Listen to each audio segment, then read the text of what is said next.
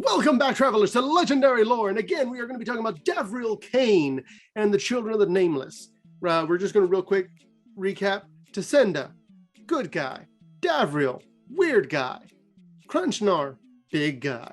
And Miss Highwater, a succubus who has been told that she needs to control all of the paperwork that Davriel is pushing everything through. She is literally just his secretary. We didn't mention this in the last episode. The way she's supposed to get his soul is if she can seduce him. And Davriel's like, yeah, cool. Thank you. So Davriel says that, hey, look, kid, I know you stabbed me in the chest for vengeance, but you do know that I'm a really good lord of Innistrad. I have done nothing to you guys. I have basically ignored you. Like, others will go out and specifically look for the blood and flesh of your oldest virgins. Well, I just want some tea. Maybe some crumpets? Yeah, well, no, like he specifically calls out like, hey, Verlison, that place is great. I love their tea. and she's like, well, then what did the village do to offend you? Were your socks too tight? Did you have a worm in one of the apples? What did we do that made you finally notice us? And he goes, I don't care. You just keep sending hunters in the last 2 weeks. How many has it been? And she's like, there's been 4 groups. Like she's going, like the Highwater's going through the different things. Yeah, it's been 4 groups, 3 Cathars, 100 each one. He's like, they popped out of my cellar. They broke down my front door. Those twins with the trident smashed my dining room window. That one made of antique stained glass. And like, it's funny because he really is just inconvenienced. He is motivated by inconvenience.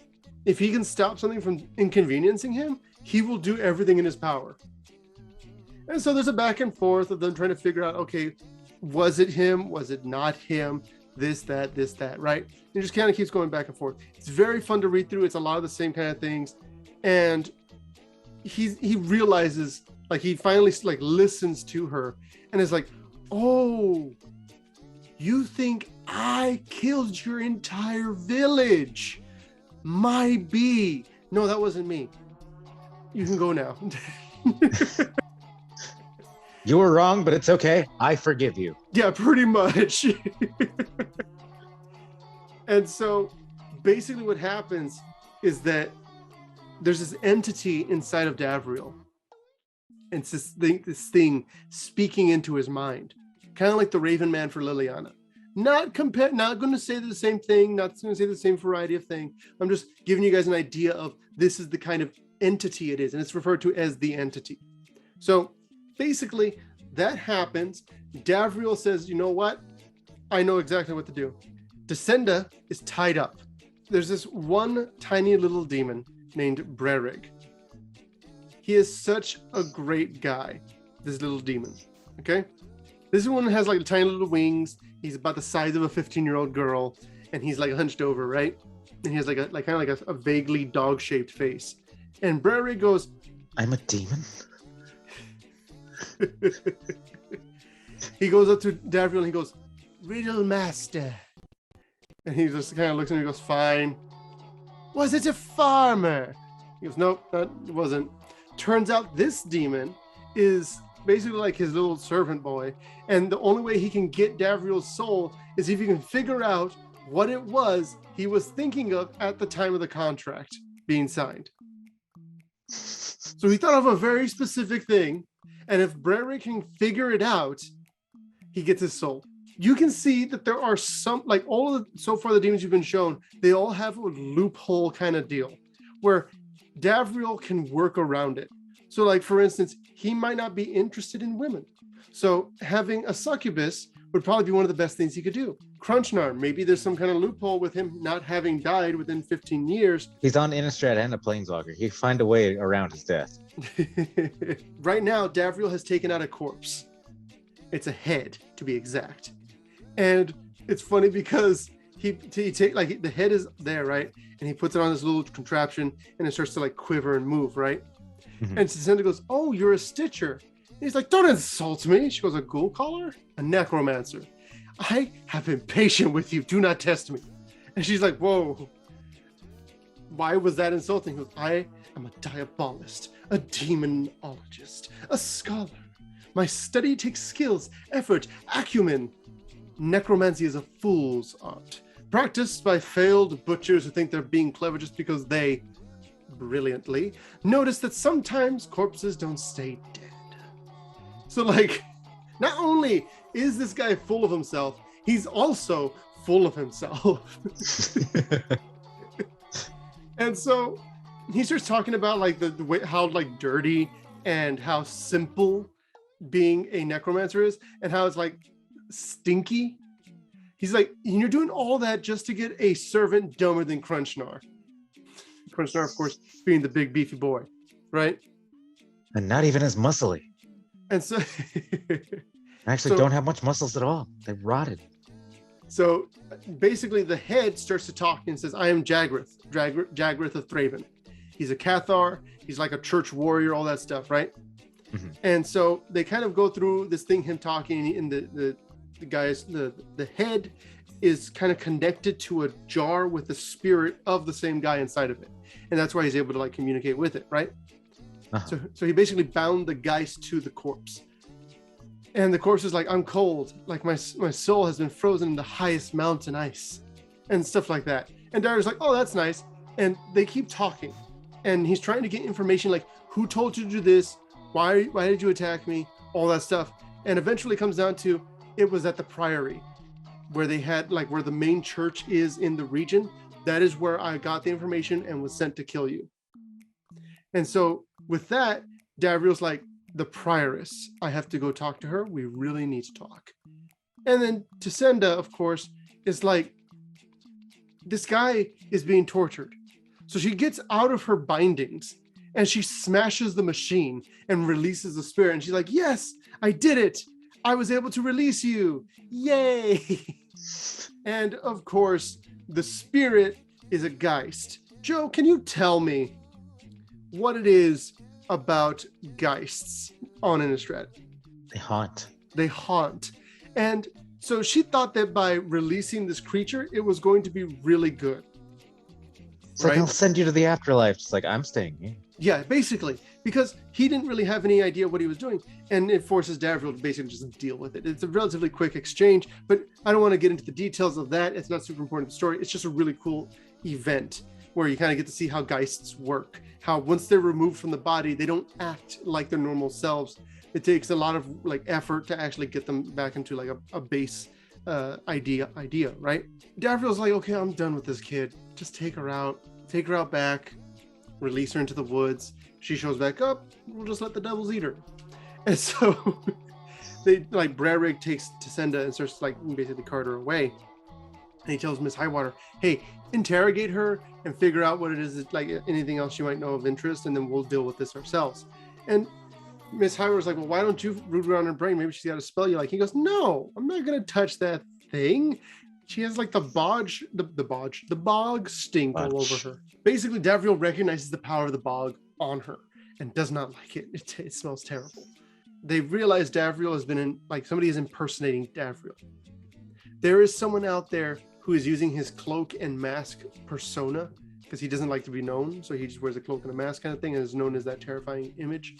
And so like somebody has been doing that. At the same time, she like basically yells at him like, look, there's all these corpses out there. There's this and that. You have to be able to save them somehow. And he's like, did they lose the color of their skin? Did they go pale or ashen? And she's like, well, they look just like they did in life, only blue around the lips. Rigid limbs, stay stiff for a few hours, and then they go limp. And he's like, suspended animation for direct soul siphon. Because obviously Davriel knows all these different things, right? He's a scholar. Exactly, he's well read. So Tisenda's like, wait, we can restore them? He's like, yeah, probably. But I have to go to the bodies and check them out and all this other stuff. But like, why would I do that? It'd be so much easier to just grow them the peasants back the traditional way. And she's like, those are my not necessarily my family, but my village people. Her mom and dad were recently killed by they're one of the first victims of the Whisperers, and their bodies were sent into the bog. So they're unsalvageable. But everyone else, they actually have a chance of being brought back. Maybe even Willia. Davriel's just kind of trying to ignore her, right? She's like, come on, we can bring them back. This is good. He's like, why are you still here? Take her away. And before she can be pulled out, she whips out her viol and she just starts playing her music, right? Mm-hmm. And it's the first note of the warding song. And suddenly all the demons and devils in the room are on the ground crying out in pain. And like Miss Highwater has her like ears and like covered and all sorts of stuff. And Davriel's like, what are you doing? And stop. Stop. It's not affecting him because he's just a normal person. He's not like a demon or anything. So it's at that point that she realizes, oh, this guy really is a person. He's not just some demon dressed in a skin suit or a vampire who's very well with good makeup. This is a real guy. And he's like, oh, that's the Bog's ward. It's a good demonstration, but you know, don't do that ever again. And he tells her, you have about 2 or 3 days to be able to return the souls to their bodies before everything goes terrible. Decide, okay, we're going to have to go into the town. Because if he doesn't go into the town, she's going to make sure that people will come for him. I'll just read it from here. Decades from now, people will still be trying to slay you. You're probably right that I couldn't do much to inspire more, but I doubt I need to. Think about the inconvenience this will cause. Yet, one evening of mild work could prevent all of that. Not much effort. Just come look at the bodies of the fallen and try to figure out what might have taken their souls. And he's like, you make a strangely persuasive argument. And she even said, even if you were to get rid of me and I wasn't able to go do that, there would still be an entire village that went dead on your watch. He's like, okay, fair game. Okay, let's go to the carriage. And he's thinking, maybe we'll find some tea. So there's still a good way to get around this. We can find some tea and it'll be slamming, right? And so slap, as you kids say. Yes, the tea would be slapping. The slap tea. Delicious slap tea. Okay, so they start going around, they start talking, and Davriel starts basically listening to the entity, and the entity is like, hey, you know, we have a lot of power, and you could use me for more power. And that's literally every time the entity talks, that is what it's telling it. Use me for more power. And Davriel's like, no thanks, it's a bad idea. I've already done it once in the past. Don't plan on doing it again. You'll get to see what that exactly looked like at some point in the future. But I'll break you. I will break you. So basically what ends up happening is that you have Miss Highwater and everybody else. They disembark and they start wandering around the town, trying to figure these things out. Trying to figure out, okay, what happened here? What about this? What about that? Right? And so while he's there, he asks her, so what was your role? Like, were you just like some kind of offering to the night? And she's like, no, I wasn't an offering. I was more of like a defender. Like we were able to actually defend the village at our respective times of day. And so she says that she would even sing to the people that were in like the fields.